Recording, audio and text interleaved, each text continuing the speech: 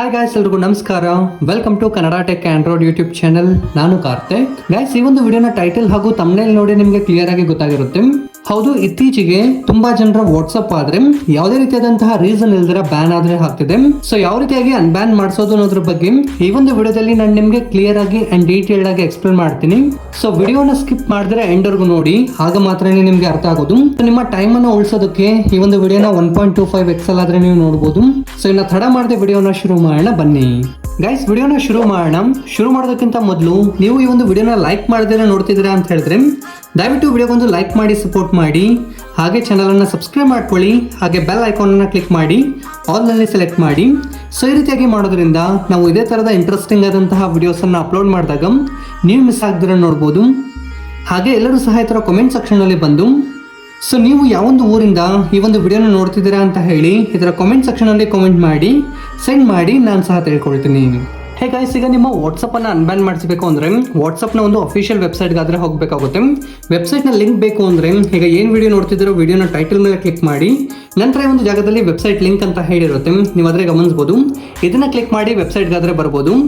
ಇಲ್ಲ ಅಂತ ಹೇಳಿದ್ರೆ ನೀವು ಗೂಗಲ್ ಸರ್ಚ್ ಬಾರಲ್ಲಿ ವಾಟ್ಸಪ್ ಸಪೋರ್ಟ್ ಅಂತ ಹೇಳಿ ಸರ್ಚ್ ಮಾಡಿ ಸಹ ಬರ್ಬೋದು. ನಾದ್ರೆ ಈಗ ಜಸ್ಟ್ ಈ ಒಂದು ಲಿಂಕ್ ಅಂತ ಇದೆಯಲ್ವಾ, ಇದನ್ನ ಕ್ಲಿಕ್ ಮಾಡ್ತೀನಿ. ಸೊ ಒಂದು ಬಾರಿ ಕ್ಲಿಕ್ ಮಾಡಿದೀನಿ ಅಂತ ಹೇಳಿದ್ರೆ ಈ ರೀತಿಯಾಗಿ ನಮ್ಗೆ ಅದರ ಪೇಜ್ ಆದ್ರೆ ಓಪನ್ ಆಗುತ್ತೆ. ಇಲ್ಲಾಂದ್ರೆ ವಾಟ್ಸಪ್ ಸಪೋರ್ಟ್ ಅಂತ ಹೇಳಿದೆಯಲ್ವಾ, ಸೆಕೆಂಡ್ ಆಪ್ಷನ್ ಆದ್ರೆ ಗಮನಿಸಬಹುದು. ಕಾಂಟ್ಯಾಕ್ಟ್ ಅಸ್ ಅಂತ ಹೇಳಿ ಬ್ಲೂ ಕಲರ್ ಅಲ್ಲಿ ಒಂದು ಲಿಂಕ್ ಆದ್ರೆ ಕಾಣ್ತಿರುತ್ತೆ. ಸೊ ನೀವು ಅದ್ರ ಗಮನಿಸಬಹುದು. ಇದನ್ನ ಕ್ಲಿಕ್ ಮಾಡಿ. ಸೊ ಒಂದು ಬಾರಿ ಕ್ಲಿಕ್ ಮಾಡಿ ಹಾಗೆ ಕೆಳಗಡೆ ಸ್ಕ್ರೋಲ್ ಮಾಡ್ತಾ ಬನ್ನಿ. ಈ ಒಂದು ಜಾಗದಲ್ಲಿ ಡಿಫಾಲ್ಟ್ ಆಗಿ US ಅಂತ ಹೇಳಿ ಸೆಲೆಕ್ಟ್ ಆಗಿರುತ್ತೆ. ಇಲ್ಲಾಂದ್ರೆ ನೀವು ಇಂಡಿಯಾನ ಸೆಲೆಕ್ಟ್ ಮಾಡ್ಕೊಳ್ಳಿ.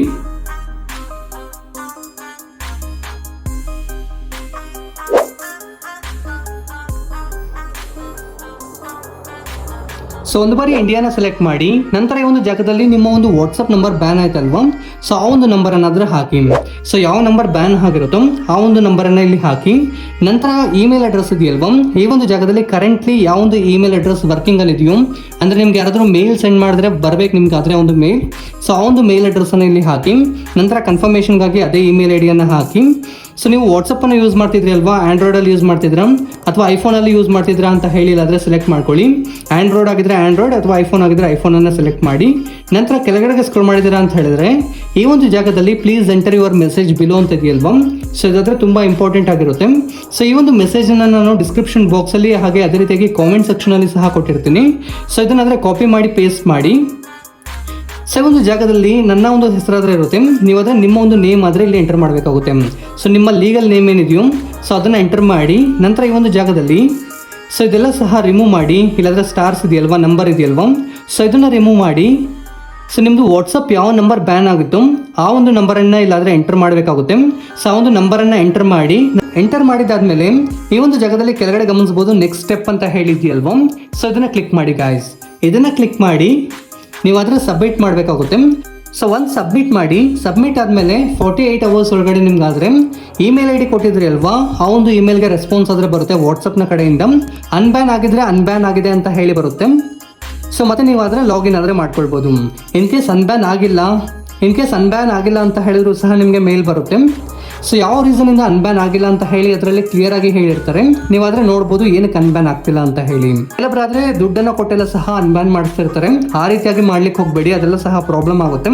ಸೊ ನೀವಾದರೆ ವಾಟ್ಸಪ್ನ ಅಫಿಷಿಯಲ್ ವೆಬ್ಸೈಟ್ಗೆ ಹೋಗಿ ಅವರ ಟೀಮನ್ನು ಈ ರೀತಿಯಾಗಿ ಅಪ್ರೋಚ್ ಆಗಿ ವಿತಿನ್ 48 ಅವರ್ಸ್ ಒಳಗಡೆ ನಿಮಗೆ ಮೇಲ್ ಆದರೆ ಬರುತ್ತೆ. ಸೊ ಅದೇ ಅನ್ಬ್ಯಾನ್ ಆಗಿರುತ್ತೆ.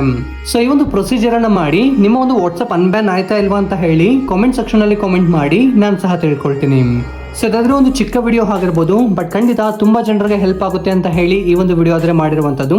ಈ ಒಂದು ವಿಡಿಯೋದಲ್ಲಿ ನಾನು ನಿಮಗೆ ವಾಟ್ಸಪ್ ಏನಾದರೂ ಬ್ಯಾನ್ ಆಗಿದೆ ಅಂತ ಹೇಳಿದ್ರೆ ಅದನ್ನು ಯಾವ ರೀತಿಯಾಗಿ ಅನ್ಬ್ಯಾನ್ ಮಾಡಿಸೋದು ಅನ್ನೋದ್ರ ಬಗ್ಗೆ ಕ್ಲಿಯರ್ ಆಗಿ ಆ್ಯಂಡ್ ಡೀಟೇಲ್ಡ್ ಆಗಿ ತಿಳಿಸ್ಕೊಟ್ಟಿದ್ದೀನಿ ಅಂತ ತಿಳಿತಿದ್ದೀನಿ. ವಿಡಿಯೋ ಇಷ್ಟ ಆದರೆ ಲೈಕ್ ಮಾಡಿ, ಶೇರ್ ಮಾಡಿ. ಹಾಗೆ ನೀವಿನ್ನು ನಮ್ಮ ಚಾನಲನ್ನು ಸಬ್ಸ್ಕ್ರೈಬ್ ಮಾಡ್ಕೊಂಡಿಲ್ಲ ಅಂತ ಹೇಳಿದ್ರೆ ಈ ಕೂಡಲೇ ಚಾನಲನ್ನು ಸಬ್ಸ್ಕ್ರೈಬ್ ಮಾಡ್ಕೊಳ್ಳಿ. ಹಾಗೆ ಬೆಲ್ ಐಕಾನನ್ನು ಕ್ಲಿಕ್ ಮಾಡಿ ಆಲ್ನಲ್ಲಿ ಸೆಲೆಕ್ಟ್ ಮಾಡ್ಕೊಳ್ಳಿ. ಈ ಒಂದು ವಿಡಿಯೋ ನೋಡಿದ್ದಕ್ಕಾಗಿ ಧನ್ಯವಾದಗಳು. ಕನ್ನಡವನ್ನು ಮಾತನಾಡೋಣ, ಕನ್ನಡವನ್ನು ಬೆಳೆಸೋಣ.